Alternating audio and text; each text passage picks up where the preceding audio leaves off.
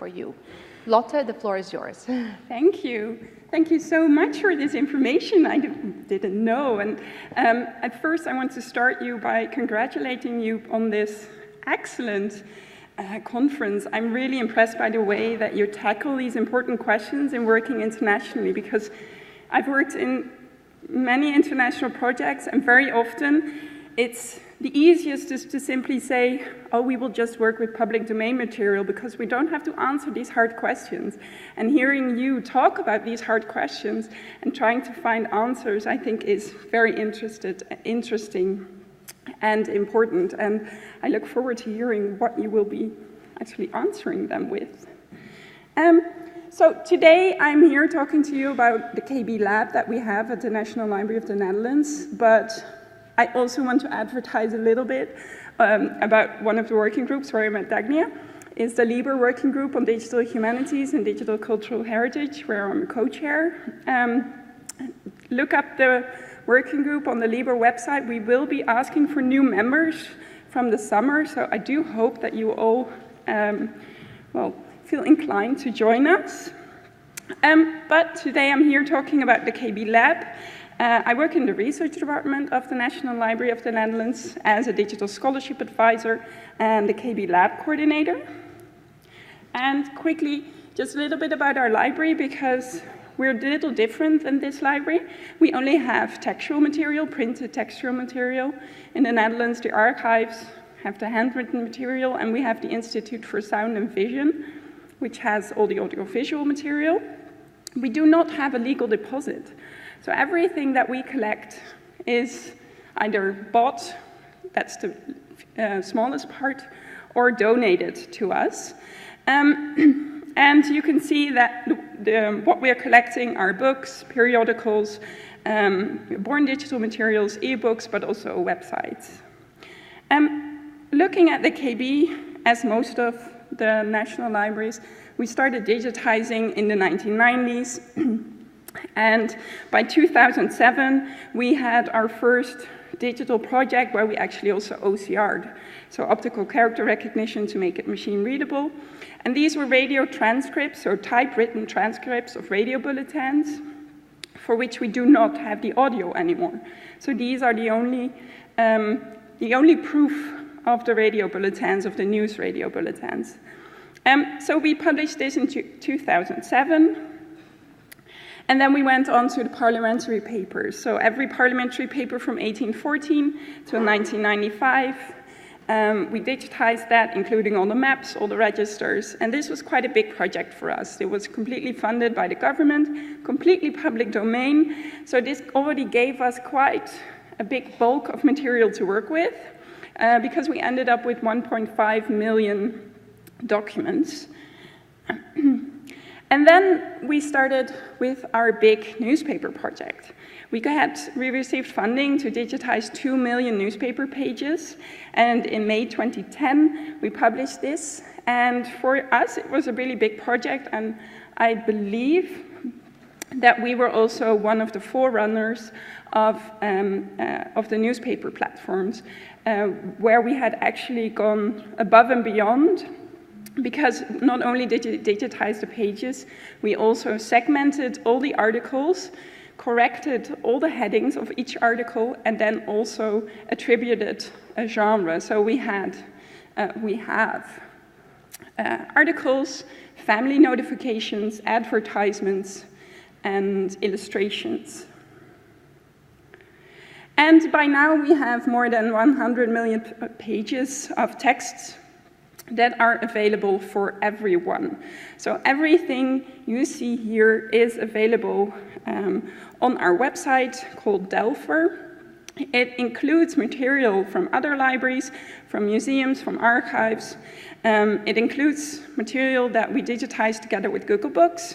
And we also have the the Digital Library of Dutch Literature, which is a sort of a Gutenberg kind of endeavor where we actually transcribe the books that we digitize. So that is very high quality texts. And everything is searchable through this website, delfer.nl. This is available for everyone worldwide. We have agreements that we can publish up to 1995, material up to 1995, and any researcher can get the bulk of the data should they want to. So apparently our contracts are that vague that researcher is just researcher, so it's not limited to Dutch researcher or researcher of Dutch history or culture, etc. So we were very lucky with this. But also as a library, we want to know what is happening within the digital humanities and with the new techniques and how we can actually improve what we're doing with our collection. I have tons of examples, but I think looking at the people who are here, this might be the most interesting because of the breadth of your collections. So one of the things that we did was to see if we could use computer vision methods to search in images. So this is an example of our Delphi platform. The keyword here is Rotterdam, and you can see it just gives you a blurb of a newspaper article, an image. And there you can see one of the facets. So this is the facet illustration with byline, and we had a researcher from the Radboud University who was interested to know when newspapers switched from using illustrations to photographs. And there is this, in media history, there's this whole debate, and people have actually determined when the switch was made, but he wanted to see if it was possible to check this computationally. And then we had another researcher, and he was interested in advertisements.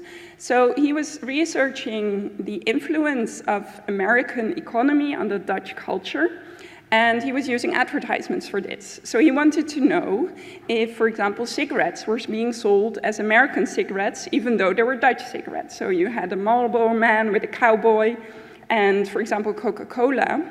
But because advertisements are so visually interesting, the OCR very often doesn't work well on that.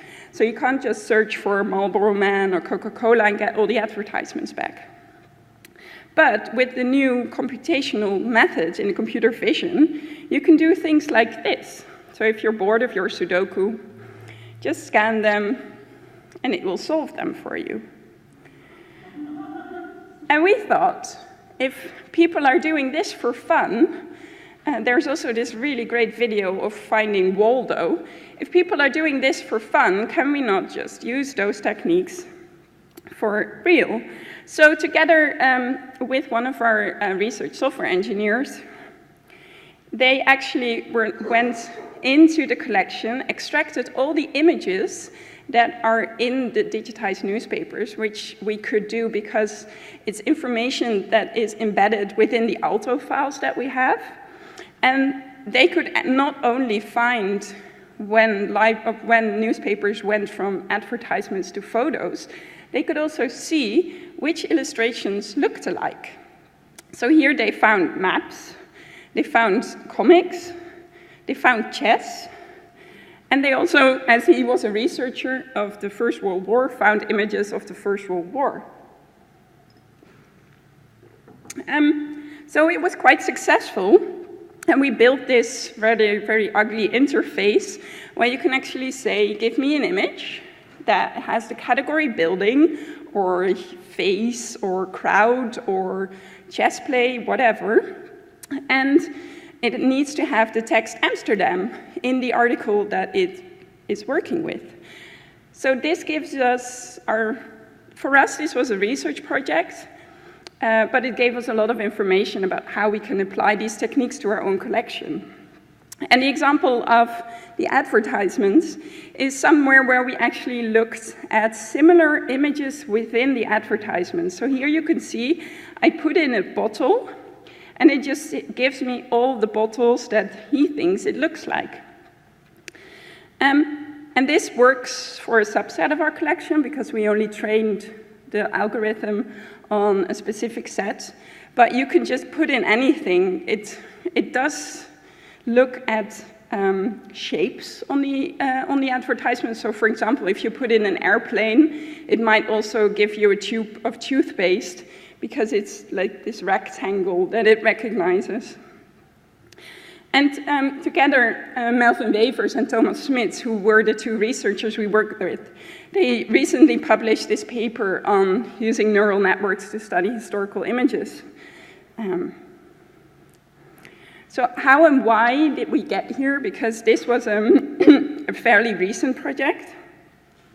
And we actually started in 2013. This is a former colleague of which I think maybe some of the German colleagues might know, Clemens Neudecker. He used to work at my KB, and he had this idea about having a sort of showcase for what we were doing in the research department. Because in the research department, we have a server, and this is a completely separate server. It is not attached to the KB infrastructure, but it does contain a copy of everything that we have within the library. So we have a copy of the index, a copy of the interface, and it just gives us the possibility to play around with everything that we do within the library without breaking anything. And Clemens had this idea, why not use that server to not only show what we're doing in-house, but also show what we're doing to external people. So we started doing that. Actually, we launched in June, but in August 2014, this was the team that we were working with because Clemens left to the State Library in Berlin, where he still is. And we have a curator of digital collections who works in the collections department. And then we have me, I work in the research department, and we have a software engineer, or he's still there, who is full-time available for research purposes. So he does not have to worry about getting deadlines or goals for the regular development of our platform. He can just spend all of his time on new solutions and interesting methods. So Stephen and we actually went on tour because we thought, well, we know what kind of cool stuff we have and what cool things you can do with that, but do the researchers know? So we developed some PR material. We had a poster made, we had a flyer made, we had a website made, and then we just went and gave presentations and workshops at DA conferences. We organized guest lectures at universities and other libraries. And in the end, we organized our own historical newspapers as Big Data conference because we were talking to so many people and saying, I'm doing named entity recognition on your newspapers. And then we went to Amsterdam and they said, oh, we're doing named entity recognition on your newspapers. And we went to Groningen where they said the same things. So we thought we are the perfect hub to bring these people together. And we want that hub to be the place where the collections live. So it needs to be the library. So we need to step it up and actually become part of this whole network within our user community. So that worked. It worked quite well because this sentence appeared in our policy document. So the KB actively supports this form of humanities, digital humanities. And this sentence was the most important sentence for the past 4 years of my life. Because this meant that we had the backing of our directors, that we have a strategic aim to fulfill a role within the digital humanities network in the Netherlands and also outside of that. So we started looking at our user pyramid. This is our wonderful user pyramid for the KB. You can see at the top it says digital humanities scholars. Then the middle layer is our scientific users, our scholarly users, our students, and the bottom layer are the members of the public libraries, which are also organized through the KB. And what we wanted to do was actually to make sure that what happens in the top part of the pyramid moves down, and then ideally moves down again. Because we heard it takes, 35 years for a technological advance to happen. Well, maybe we can help that along a little bit. So in April 2017, we launched our current website, lab.kb.nl. And for us, it was important that this website was something that you could see belonged to the KB, but was also kind of pushing boundaries. So if you go to the website of kb.nl, it's very hierarchical. In Dutch, people are addressed using, I don't know, there's no word for it in English, but it's very formal.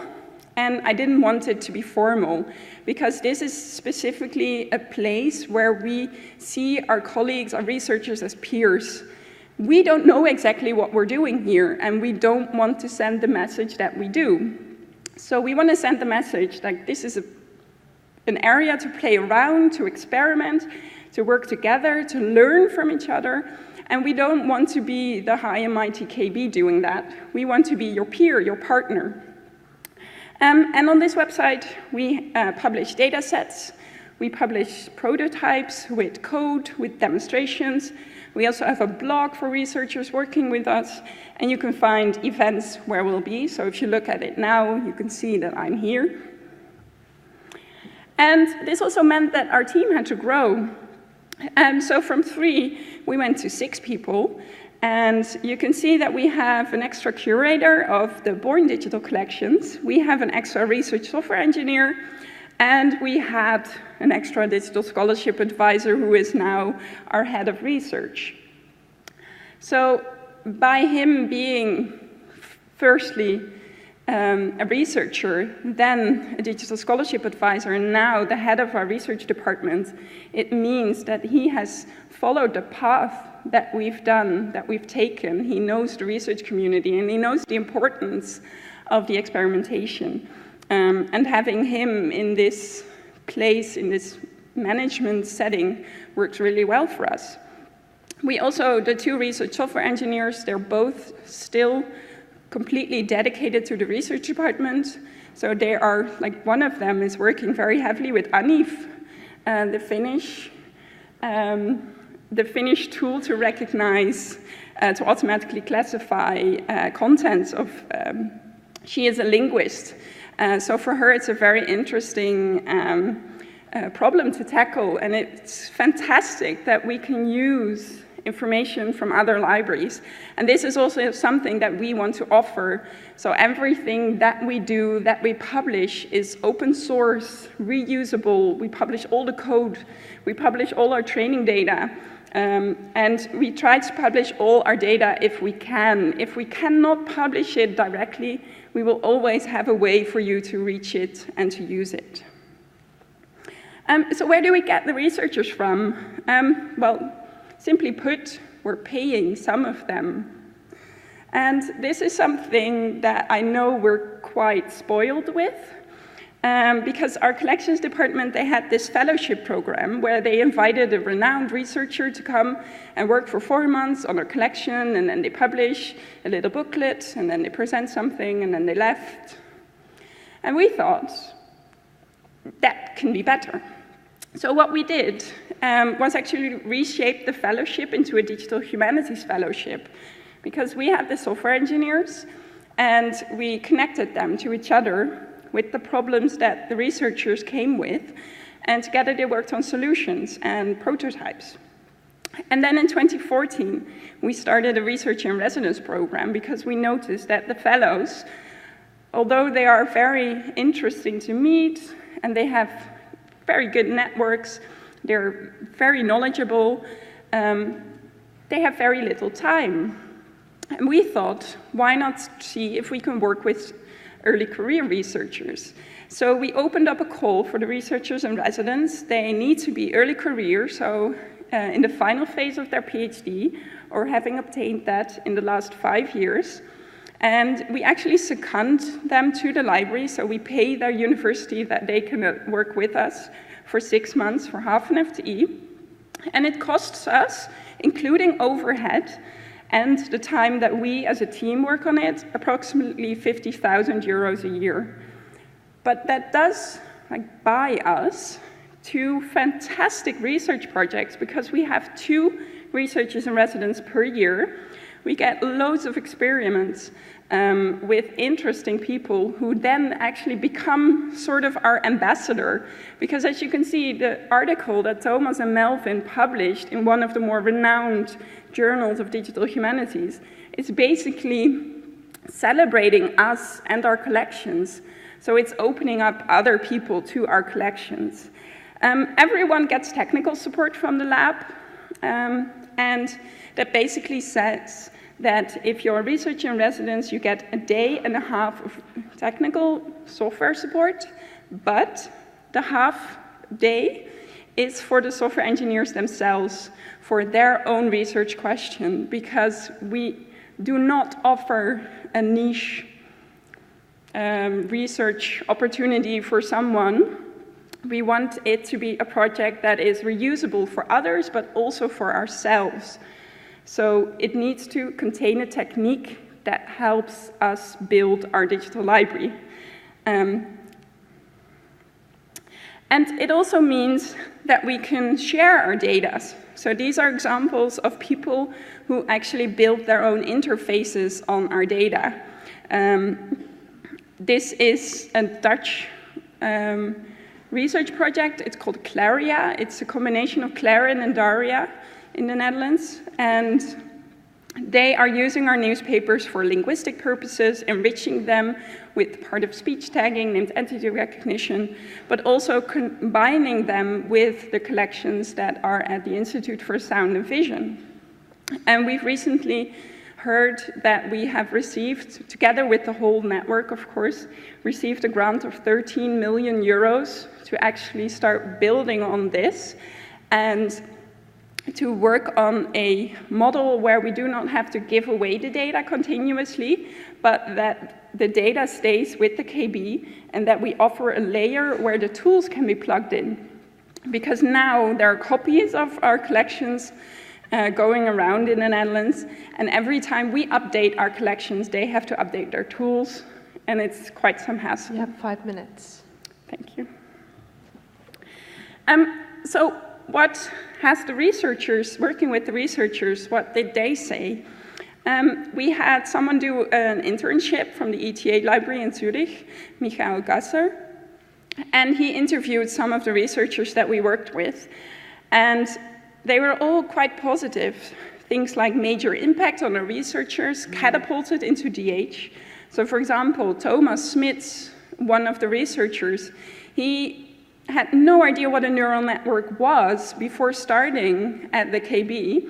And at the end of his researcher residencyship, he actually presented neural networks as a whole in a nationwide platform that is published on TV and on YouTube, which was very interesting, and he did it excellently.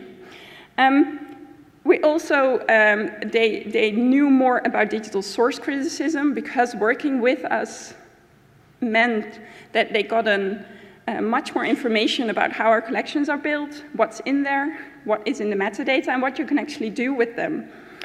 Positive impact on their career, because as an early career researcher, you're bringing in money, which is always good.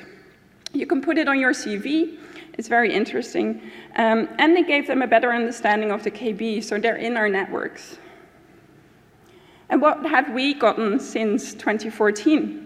Well, we've organized the newspapers as Big Data Conference twice. We co-organized DH Benelux. We had 34 proposals for the researcher in residence. And we're currently opening up the next round in June. We have 14 affiliated researchers and 21 committee members, because all these committees, all these proposals, of course, they need to be evaluated, and we actually use that as an opportunity to reach out to DH researchers who are currently not in our network, but who we want to be. So we're giving them the opportunity to join us and to help think about how to shape our further research. We have new data sets, new tools, blog posts, and we have 3 funded projects, which either grew out of one of the prototypes that we built within the lab, or a network that we built because of the lab. But above all, a lot of information about our collection, new techniques, and a great network. So where are we going? Because of course, we can do this indefinitely, but there are some questions that we need to address still. One of the challenges that we have is how to implement the results of the research into line activities. So how can we get that arrow that goes from the top, how can we get that to the middle layer? Because if you look at our Delfor platform, it has 108 million pages of digitized text. How many more layers do you want to add to a platform before it becomes too complicated? And also looking at access to data. How can we document and make the access easier? Because we have APIs, we have Delfor, everything that we have in public domain is downloadable in zip files. We also have these extrapolated data sets that we currently offer on our lab. We have a linked data platform. It's a lot. How can people find what they need? But also how to reach out to new communities. So we're quite heavily invested in the humanities community, but we've currently started working with social geographers, for example, and psychologists, and those are not necessarily people we would think of first, but who find our material very valuable. And also looking at our prioritization, what do we want to do? Because we cannot say yes to everything, unfortunately. So we actually made a research agenda, which luckily is very broad. So there is this whole theme on enriching collections, on linking collections, and providing better access to that. And one of the steps that we're currently taking in narrowing the chasm between the lab and the Delfor end users is creating something that we call Elford Data, which is a sort of in-between platform where people see that they're in the Delfor brand and that they can expect Delfor collections, but they might also have the data technologies that we are developing within the lab, so that people know that it might not be as stable as they want from Delfor. There are more options, there's more information, there might be Jupyter notebooks. So this is something that we're currently exploring. And as this is our new policy plan, it's only in Dutch yet, but you can see we ended up in it in the KB lab. We, together with researchers, we developed new knowledge and tools focused on the use of our digital collections. So really happy with that. And if I didn't persuade you, I have a short message from my director, Lily Knibbeler. Good day to you all. I'm Lily Knibbeler, Director General of the KB, the National Library of the Netherlands. I believe, no, I'm convinced that the KB lab is an essential and exciting part of our organization. It creates a natural space to experiment with our digital collections and to grow our network within the academic community. The partnership we have been able to set up as a result of the lab are extremely important. The steps we have taken to understand how researchers work with our digital collections and how we can improve the access to our data definitely shows the value of our lab. I'm proud of the lab and of the lab people.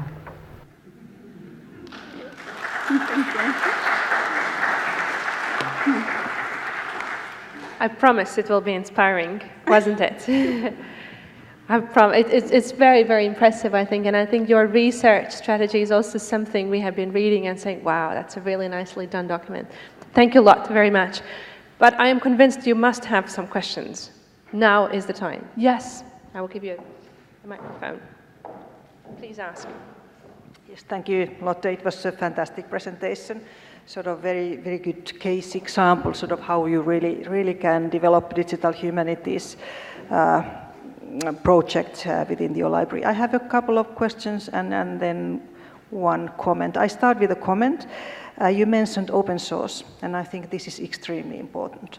So the more sort of our organizations really start using open source, so it enables really to share experiences, share tools. So you are using one of our tools, perhaps in the future some more, and we can start using your tools.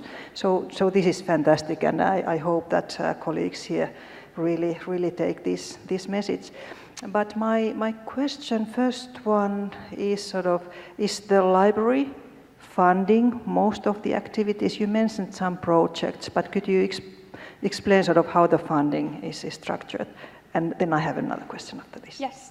Well, it's quite easy. We are just funded from the research budget.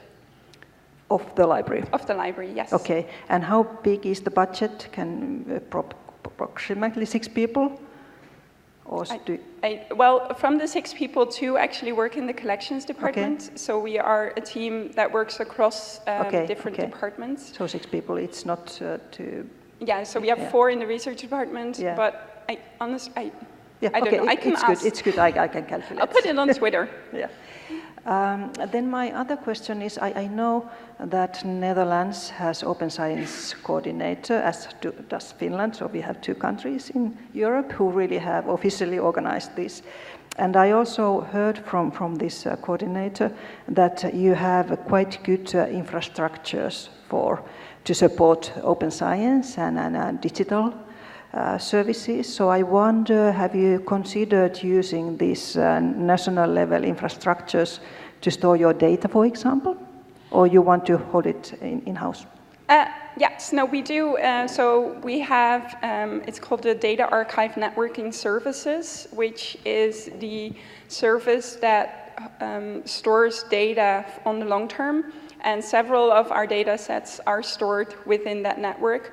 However, it's a bit, so the KB is not officially a part of this whole network because we are a research institute, and so it's like politically somewhat difficult, but we do have close contact with them, yes.